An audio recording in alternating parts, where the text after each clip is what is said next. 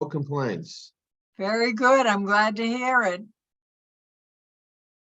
And are you going to tell people about your broadcast and when it airs and what we do? Yes, this is mental health in your neighborhood, because I believe, as you do, that all of us need to make sure that our mental health is working correctly for us, particularly when we broadcast anything that we tell our friends and people we know and people we don't know who are listening to our broadcast. So I'm very interested in hearing from people who are listening and watching us this morning on Wednesday at 10 o'clock in the morning until 11 o'clock in the morning. So, Pastor Bruce Wall, it's wonderful to have you co-host, and you're joining me today. Yes, we are now a team every Wednesday at the 10 o'clock hour, and I'm looking forward to us doing this as I'm trying to think through what our particular topics will be whenever we're broadcasting. And our topic today, I wanted to ask you a couple of questions before we step Sure. into our topic. I'm going to start the recording here.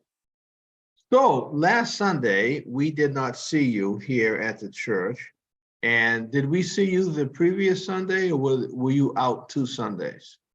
2 Sundays, I was not given a ride by the ride because they were not able to get into my gate at the condo. And the first 2 Sundays ago, they didn't have my code, and so they couldn't get in the gate, and they didn't tell me. And they said that I wasn't there, but I was there. And then the second Sunday, I walked across the parking lot, pushing my walker, and got to the car that was at the gate. And I opened the door, and the driver said, "Oh, what's your name?" And I told him my name was Louise, and he said, "Oh, this car is not for you, madam. You need to go back in the building and get warmed up because it's too cold out here for you." Mm-hmm. So he sent me back to the building, and I waited 45 minutes for a ride that I did not receive. And then at 11:15 in the same morning, our sister Edna called me and said, "Guess what, Sister Louise? The driver's here at the church trying to pick you up and take you home, but you're not here." Right. So the ride was actually at your building in the morning, Yes. but they said it wasn't your ride. They said it didn't belong to me according to the name that he had. And so did you actually see anybody get into that ride and take off? Or no? No, he just turned around and left. So And he had his information. That was at 7 a.m. That was at 7 a.m. And what time does your ride usually show up? Between 7 a.m., 7:15, 7:45. It depends, whatever they decide to call me and tell me they're on their way. Mm-hmm. And so I was not able to get a ride 2 Sundays in a row. But the interesting thing was that the second Sunday, the ride went to our church to pick me up, and I wasn't there. Yes. Well, we waited for you. We just waited. We had our security team at the door, getting ready to bring you in. And when you didn't show, we said, "Wow." Now, coincidentally, by the way, we had another person come to church and use the ride. for the first time in a long time. Do you have any idea who that person might be? Could that have been Annette? No, it was Frank. Oh, my goodness. And Huh. he's used the ride years ago, but because it was late, it missed him a couple times, he decided he wasn't going to use them any longer. But I'm glad he changed his mind, and I'm glad he decided to, because he had the ride for the first time to the church on last Sunday. Oh, that's wonderful. I'm glad. I'm so glad to hear that. So, even though the ride from time to time may mix things up, when you average out the number of times when they get it right and you're able to come to church or go to an appointment, it is a viable way of being transported and going from place to place rather than not having any ride at all, correct? Exactly. And they also charge a very minimal amount of money for the 16 miles that I live from the church. So for example, they didn't pick you up on last week. So did they charge you for that? Do you know if they No, charge? no, they did not charge me. Well, how do you know? Do you pay them on the day that they pick you up? Do you give them the money I then? I have an account with Mhm. them, and they did not take any money from my account. Okay, good. Well, you missed a fantastic service as usual, and you missed having your pastor stand up in front of everybody and cry for the whole service. Now, when you are not able to be here as a senior, um, have you been able to go to the web page and watch it on the web page, our web page, the Boston Praise Radio and TV? No, I apparently cannot get it on the webpage unless you direct it the way you have directed the Zoom today that you and I are on right now. Right. Right, you could do the Zoom, but as far as typing in the information for the web page, for example, if I sent you the link for the web page, would you be able to click on that link and go to the web page? Have you ever been to the Boston Praise Radio and TV web page before? I have been to Boston Praise Radio, but I have not been able to get the Sunday service on Facebook. Right. Well, the thing about the Sunday service on Facebook is that we don't turn it on until after we do some preliminary things because of some copyright infringement. So we Right. can't show certain music. So if people can be patient and wait, it will come on. But the next time you're here, I'm going to sit you down in the front of the church. I'm going to bring out my small computer and I'm going to type in bostonpraiseradio.tv and show you how to just press, all you're going to do is press one button and you're on. Good. I want to Whether, see that. yeah, I'm hoping to do that this Sunday. yeah, we can't have you missing the service because I try to tell people that I communicate with that I have been friends with you. You have been my pastor, and I have gone to our church for 30 years. So why would I want to not go to my church every Sunday? right. Well, it's we missed you because you have a special seat in the front of the church. And when you're not there, nobody else sits in that seat. So it's an empty seat. And we're trying to get people to come back to the house of God because a community without a healthy church is a community that has a need. It needs a healthy church. Not Right. all churches are healthy, and not all churches are doing positively by those men and women that they serve. but I'm hoping that we're trying to make a difference in our neighborhood and make a difference to those who come to our church. And I think we are doing it. We're not the best church in the city. We're not the largest church in the city, but for the people who come here, they come for a reason. For example, mental health in your neighborhood, someone like a Mary Stallworth, her mental health is improved, like my mental health is improved when I come into the house of the Lord and I start singing the songs, and I start bowing my head when we pray, and I get up and I come to the altar. All those things are a part of the whole mental health process. You're in a place where you want to be, and you're hearing messages and things that will inspire you and help you with the next week that you have to live through. You agree? What does it do for you when you come into the house of God? I feel like I'm surrounded by my family. My brothers and sisters are there. And I am so pleased to hear the voices of the people in my church who are speaking about what is in the Bible. That is very important to me.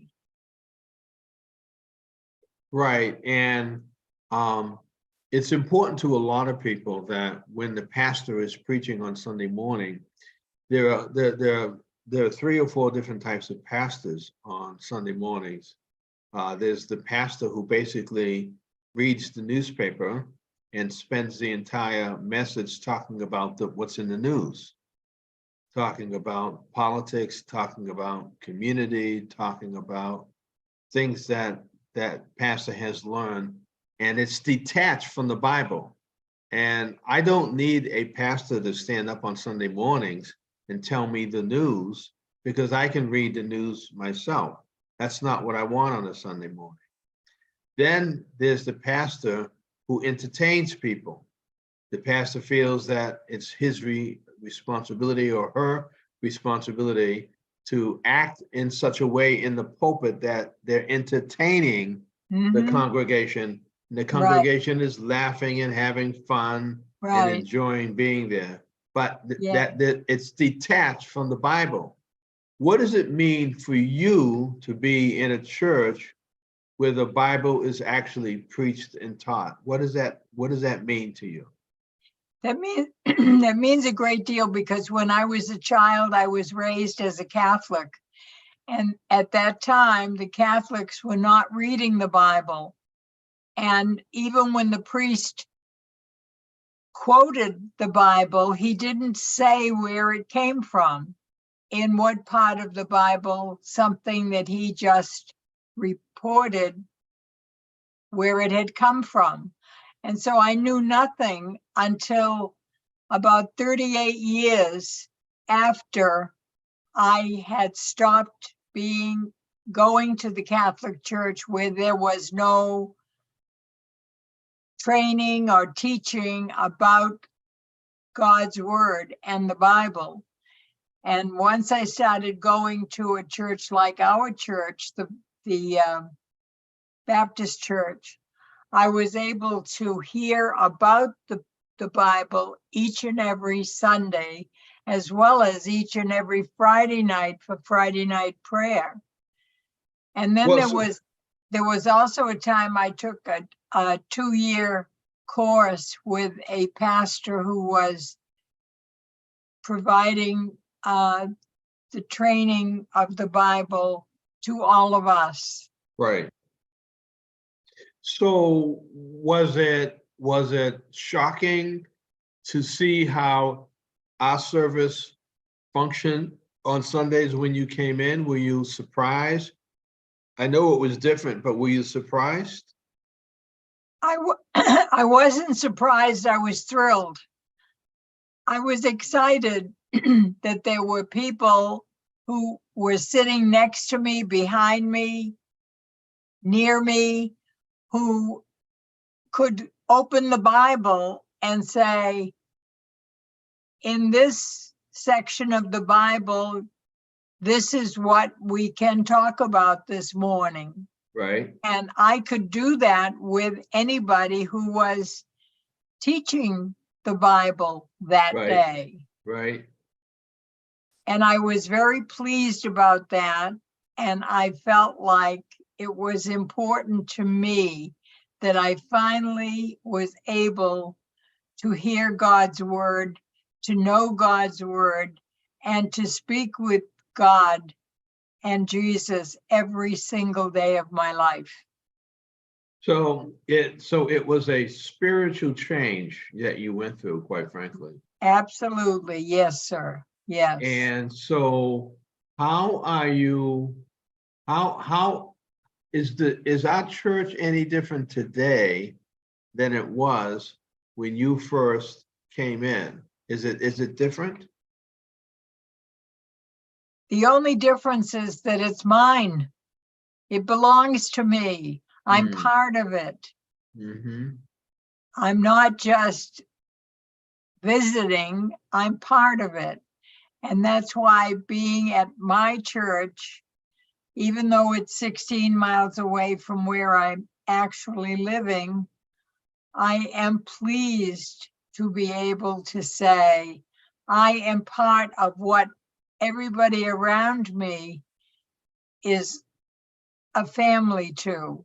We are all relating to Jesus.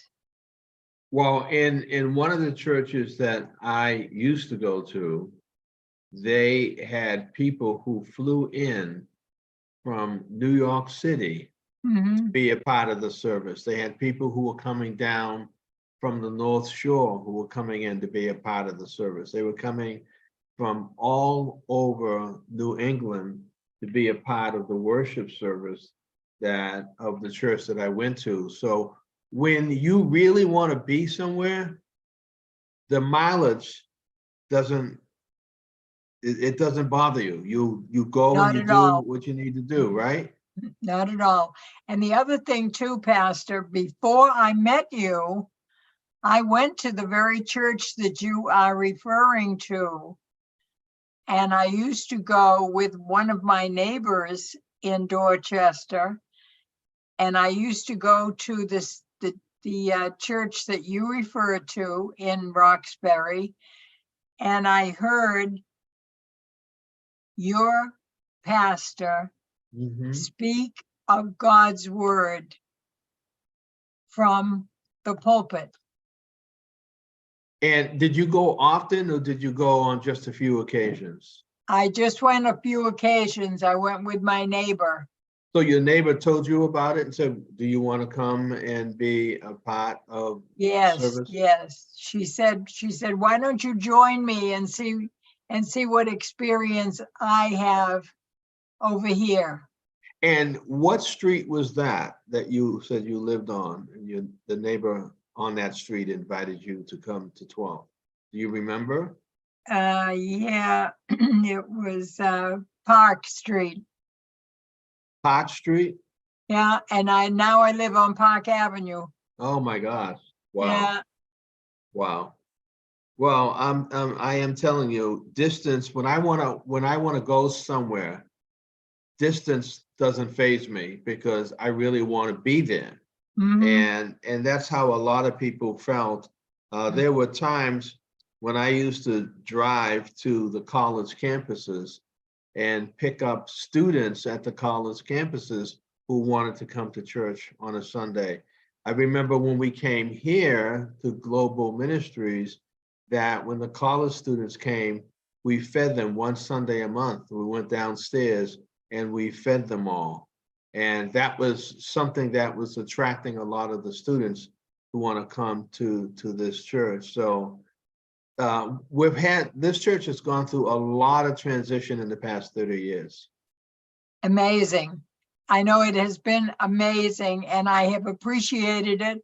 I have learned something from it and I continue to learn about God and his word when I go to our church.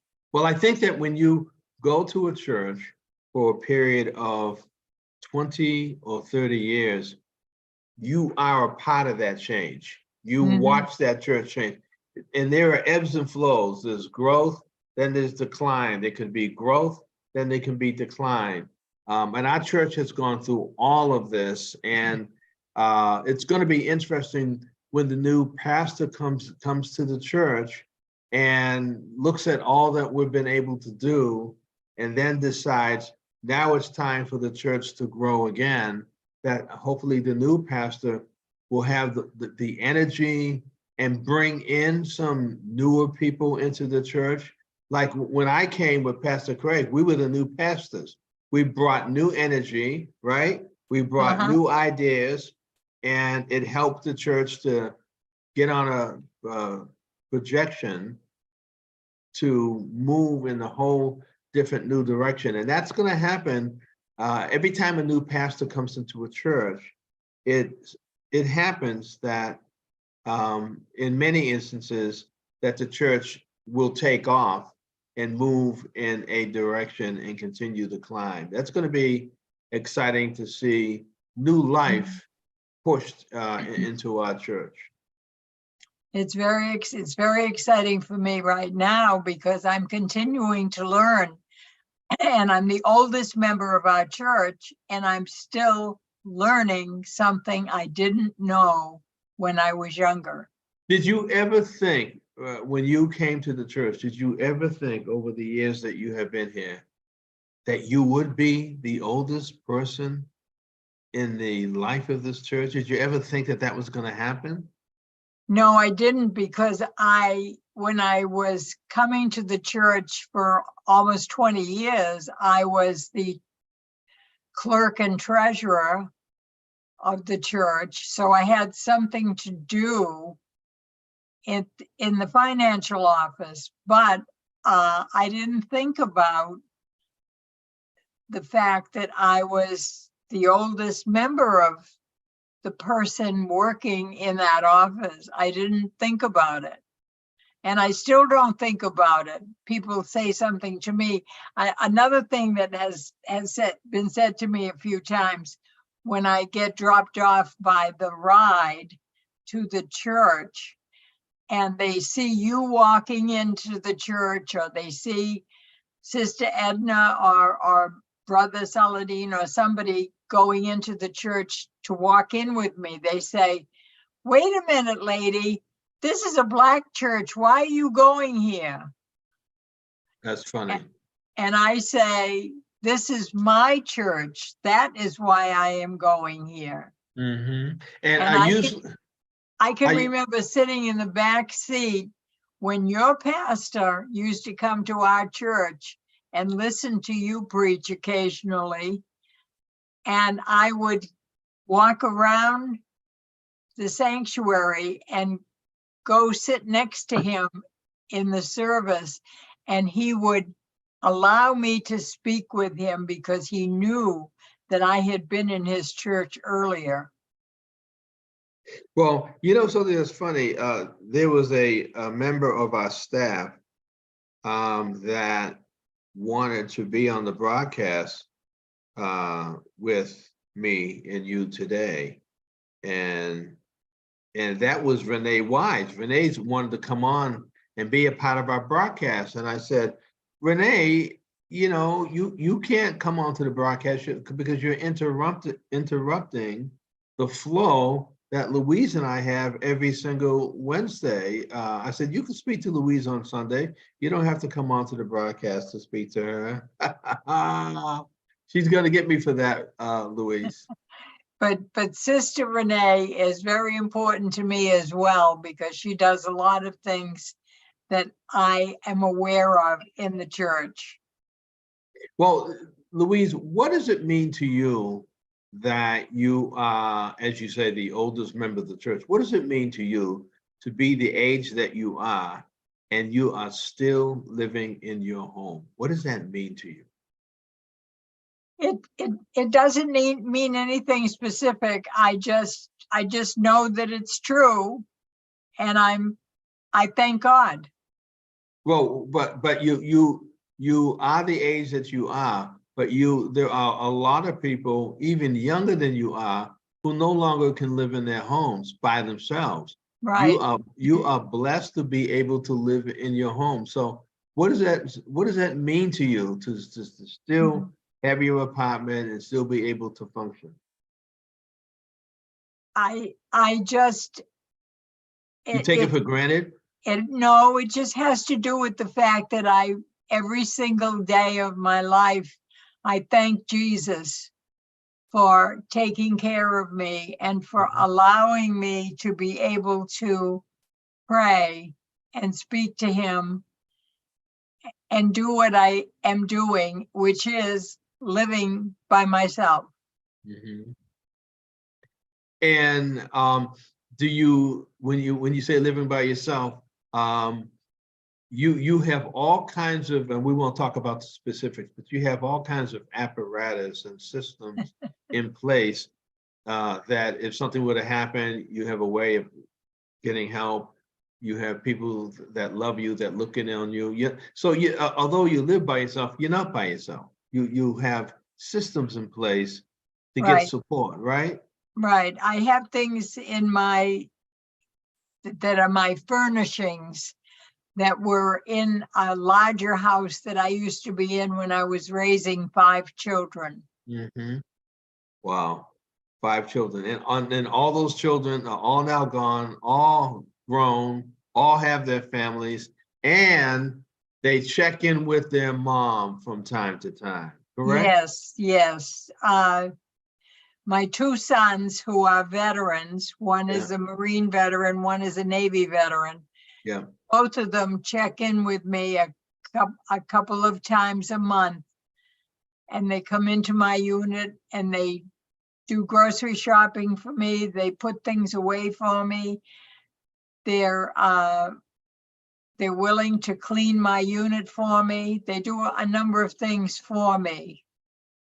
And again, Louise, not every senior has a team like that that's available to love them, a team that they can trust, and a team who knows you well enough to advise you on some things or listen to you or pick up the phone and call you from time to time. So in my opinion, when we talk about your broadcast, mental health in your neighborhood, you are on the side of being you're a healthy senior because of all the supports that you have plugged into you. If you didn't have all of these supports, it could be a whole different life for you, couldn't it?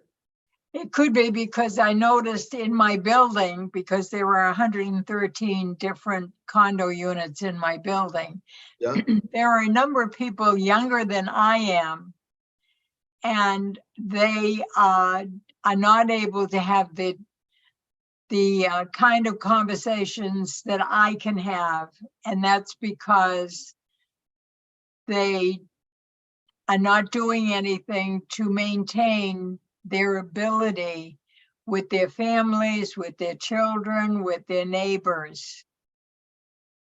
So you're saying that when we say that a person is living alone, that they are really living alone. Yes, Right. yes. So and so do they ever ask you questions about your life, your children, the people that are, do they ever say, well, Louise, you've got a lot of people that want to come to your house or want to see you? Do they ever ask you any questions or comment?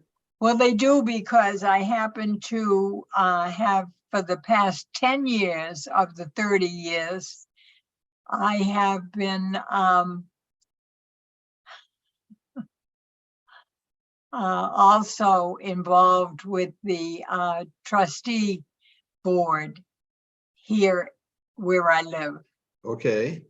So I'm involved with the trustees, and we decide as a group what is the best for the people who live in the building. So how much longer do you think you're going to stay active, even with the trustees? How much longer do you think you're going to remain active? Well, I've just been asked to sign on another 2 years. So I guess for 2 years anyway. You are very busy. Well, are you ever going to slow it down? I don't know. I don't know. I would imagine that at some point I will get a message from God. Jesus will tell me something and I will know what I need to do.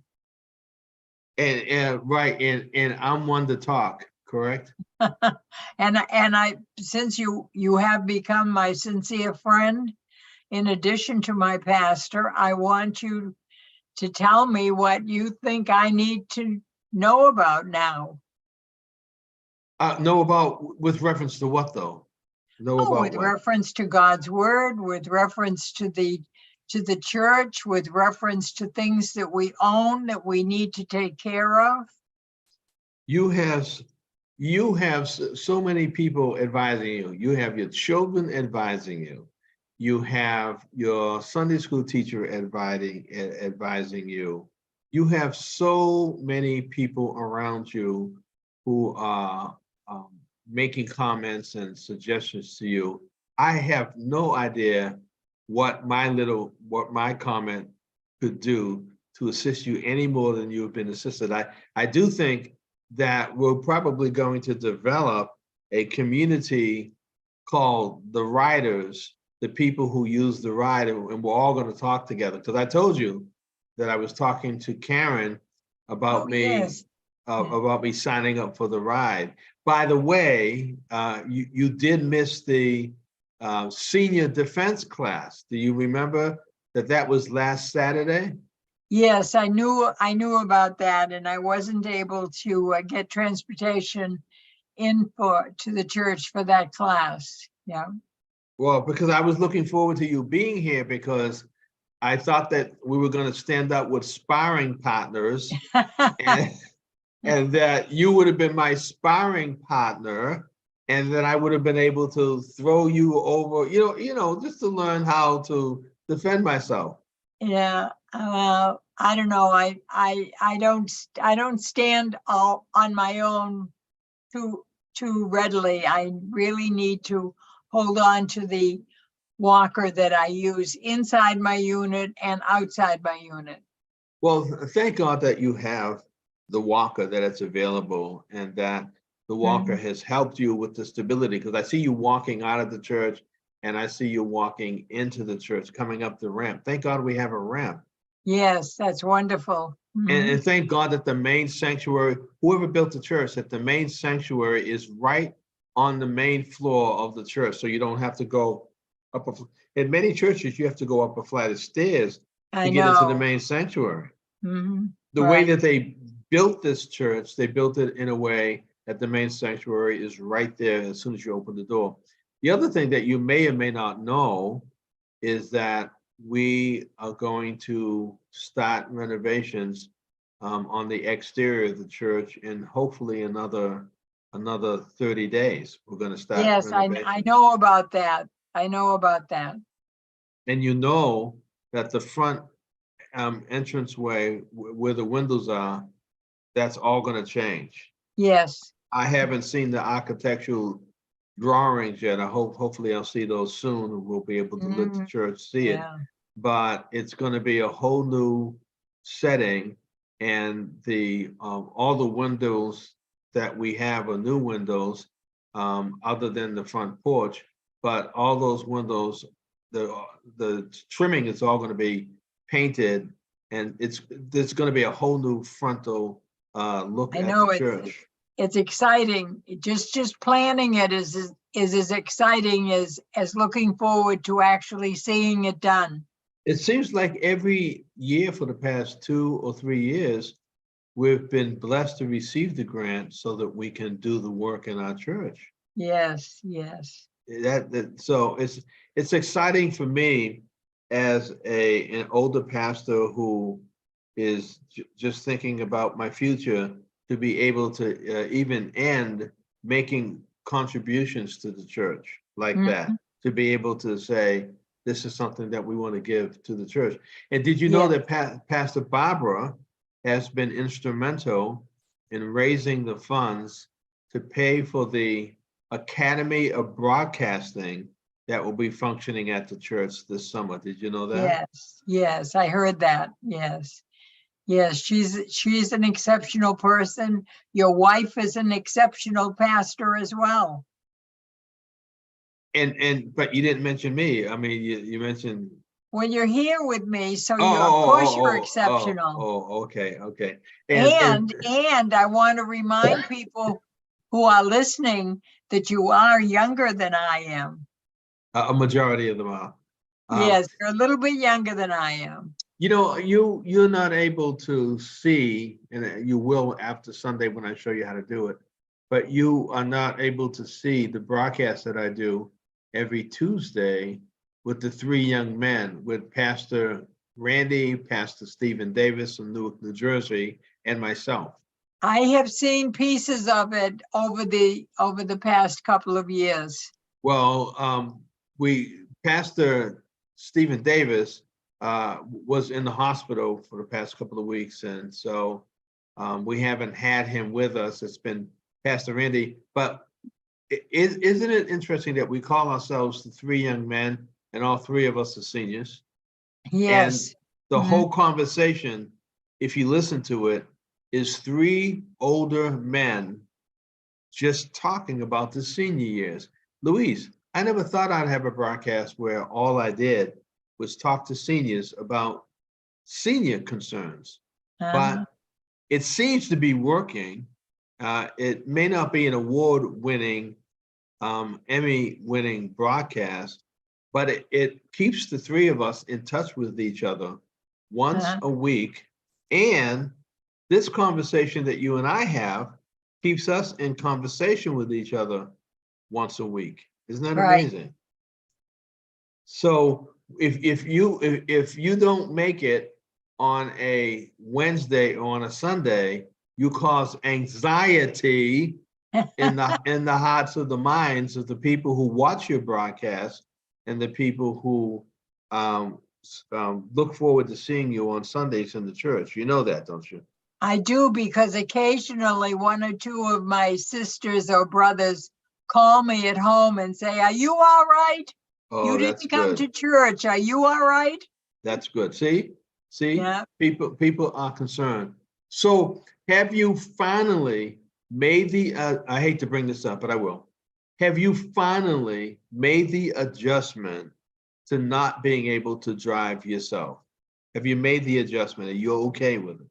Yes, yes. I was a little disappointed. I was self-disappointed, but I realized that it's better if I do not have a car sitting in the parking lot that I would only drive once or twice a month.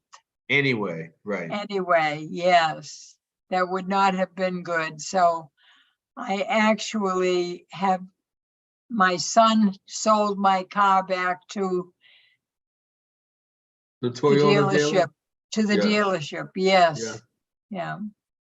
And I have a leased automobile, and my lease is up, and so I'm going to be turning my car back into Toyota, and Wow. trying to figure out whether I'll lease another car or whether I'll just be on the MBTA and take the ride like you. So there'll be 3 ride trucks coming up to Global Ministries Christian Church, dropping us all could off. happen. And so is there anything? Oh, the active shooters event is happening on this coming Saturday. It seems like we've been advertising and promoting that for years now, but for those of you who don't know, we're having an active shooter training class here at Global Ministries Christian Church on this Saturday, starting at 12 noon. So we're hoping that we'll have a nice number of people who are interested in what do you do in the event that a person comes into your church and tries to take over and tries to hurt people. And again, there's no coincidence that we're having it at this time, because that's all we're reading about, Louise, and that's all we're hearing about. I know there was just today or yesterday, I heard of 2 11-year-olds having been shot at this school. That's Oh, is that right? incredible. Did it say what state or what city it was in? I think it was Virginia. Yes, in Virginia. I actually Mhm. scanned that story. It's like every day, Louise, that this It is was happening. sad. It was so sad. It was so sad. Yeah. And again, people in their minds cannot get over the fact that their child or their husband or their wife goes to work, goes to school, goes shopping, and doesn't come home. And Mhm. that is so traumatizing, Louise, It to is. It is. a family. I mean, families need families, and not just the families, but an entire school needs grief counseling when something like that happens, correct? Absolutely. The school, the teachers, the people who work in the school. Yeah, absolutely. So have you, I know you've been a part of disasters and supported this and that, but have you ever had to deploy a trauma specialist to a school before in your Not line of to, work?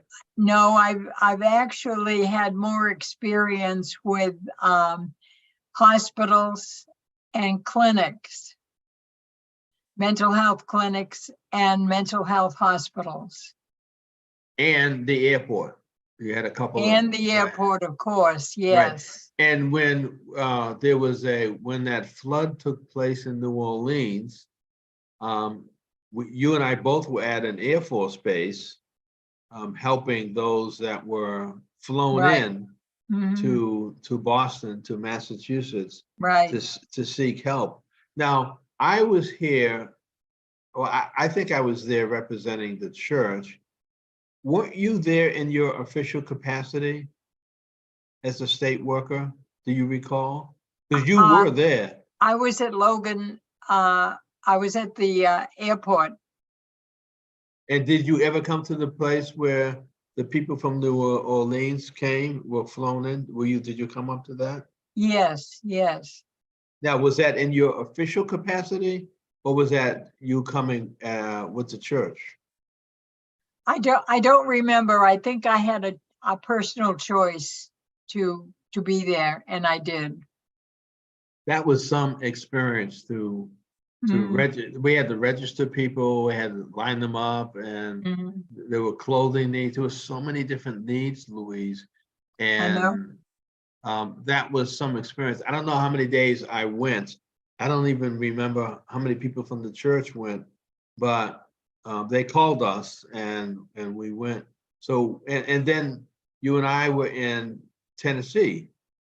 Right. We were in Tennessee helping out, helping pastors. We were actually helping to rebuild churches that were burned. We actually went around Tennessee, and we were in different parts of Tennessee to see churches that were gone, but also we participated in helping to rebuild one or two of the churches. That was some experience, Louise. I know that, and that was very different than what we're hearing now with the gunfire in the schools, churches, and neighborhoods, Right, in grocery stores and just grocery stores. Yes, yes, just about any place is vulnerable for something like this to happen. And absolutely. I don't know how we actually defend ourselves, because um, I'm glad we're having the class, but should a class like that only be once? Can you retain everything in one class? Should that not be a seasonal class? Well, we'll wait and see what happens in terms of who comes and what their reaction to what is presented to them becomes. You know, I was hoping that we were going to be able to film the event, but the police were not open to that, and that's okay.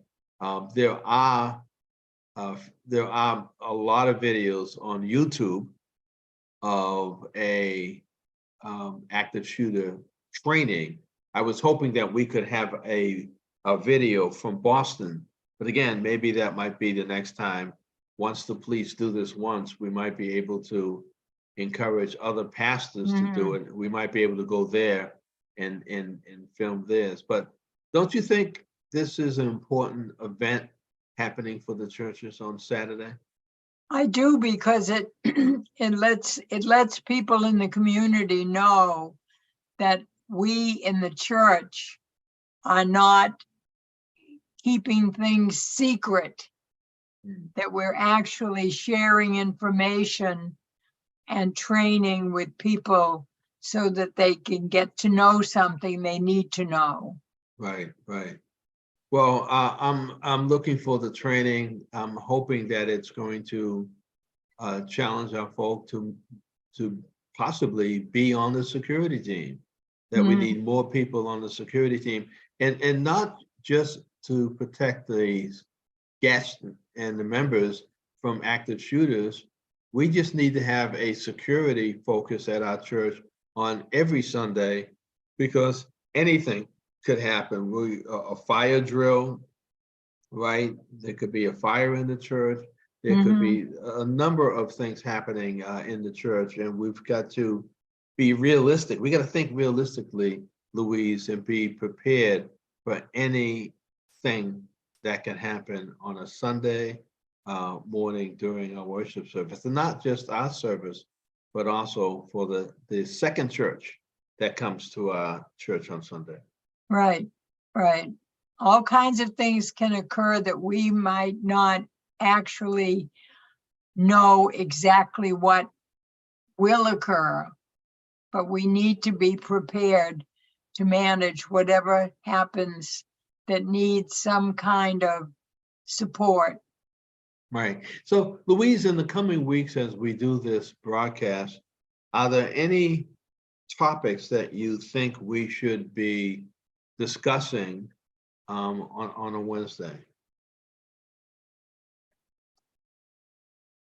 Well, I think that we need to find out from those who actually participate, and even though I'm not encouraged to use their first and last names on the broadcast, I would be interested in knowing what their reaction to the training was and what they found important for them to retain as training, and what they wanted to add to for a training going forward. Well, I'm going to take, we set up the room yesterday with the video overhead and the chairs and tables and the speakers. Everything's all set up, and we didn't want to wait until the last minute to do it. And I was hoping that we could get the Boston Police to come in before Saturday and do a dry run, make sure the way we set it up and how we set it up is appropriate for them. So we're waiting to hear whether or not they are going to come ahead of time.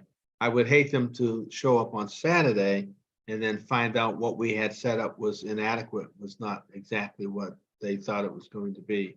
But that's something that we're working on. We'd like to be prepared. Also on Saturday, at the same time that we're having the training, there's going to be a car wash on the side of the church, so people won't be able to walk where underneath the church, because there'll be a group of people out there washing cars, raising money for their organization, and also giving the church a percentage of what they raise. So Saturday is going to be a very busy day for our church. And quite frankly, I love the busy days because I like to see an active church. Yes. So again, I had asked you the question, are there any other topics or people? For example, I was thinking about asking Beverly Byron to join us as a social worker and to talk with us a little bit about the work that she has done and finished doing at the court. So there are different people that I think we can invite in and have three of us having this discussion. Because we have a number of retirees in the church who were either in the school system or as counselors. I think we should utilize the resources that we actually have in the church. You agree? Yes, and I know of a couple of people in our church that have asked me to train them in the past Is it train, how so? in how to properly use their guns. Oh, yeah, yeah. Because we have a couple people who have licenses to carry. And Yes, I was having a conversation with Pastor Hobbs about that yesterday. And I said to him, I've only been to the range once, but if I was confronted with somebody who was being aggressive and I had a weapon, that I could not take that weapon out and use that. I could not use it. So for me to have a weapon in my home would really be a waste of time. I just could not pull that trigger, and even to defend myself and my family, I'd have to find another way to do it. But I've talked to other people who have weapons, and they said that they are prepared to use it. And my mindset is just my whole mindset would have to be seriously changed in order for me to be aggressive with a weapon. Is that understandable to you? yes, absolutely. It's one thing when people go into the armed services and they go through basic training or become law enforcement officers. Their whole mindset is changed from how they were living and how they were thinking to now being able to take a life. And that's a very serious decision, Louise, that has Right, right. consequences, correct? It creates a negative consequence, actually. Even if you took someone's life for the right purpose, it still could have very negative consequences. Absolutely, yes. I've heard of stories of law enforcement officers retiring or leaving the police department because they had to use deadly force, and it so traumatized them, even though they knew they were going to have to do it one day. It so traumatized them when they actually had to do it that they left the force. Is that something that you know does happen? Yes, I do know that it has happened in the past with other people who were trained and then had a reason to use the weapon and then wanted to undo it, wanted to find a way to undo it. And you can't, right? You once it's done, Yeah, it's done. it's a problem. Well, Louise, I'm looking at the clock on the wall and I'm looking at the computer, and it says that you have 1 minute before your exit music comes on, and so we'll give you the final word. Well, I want to, as I usually do, thank you, Pastor Bruce, for all that you do when you join me as the co-host on Wednesday broadcast. And we had a couple of different focus discussions this morning, and they were important. And I'm sure that we will hear from people who have been listening and watching about what they want us to say or what they were pleased about hearing. So I want to thank people for joining us. I understand why people have not called us while we're in the middle of a conversation, but they do usually talk to us after the broadcast. So thank you all for listening. Remember, mental health in your neighborhood is important for you, for your family, for your children, for your parents, for your relatives, and students, everyone around you. You need to know what's going on around you. Thank you all.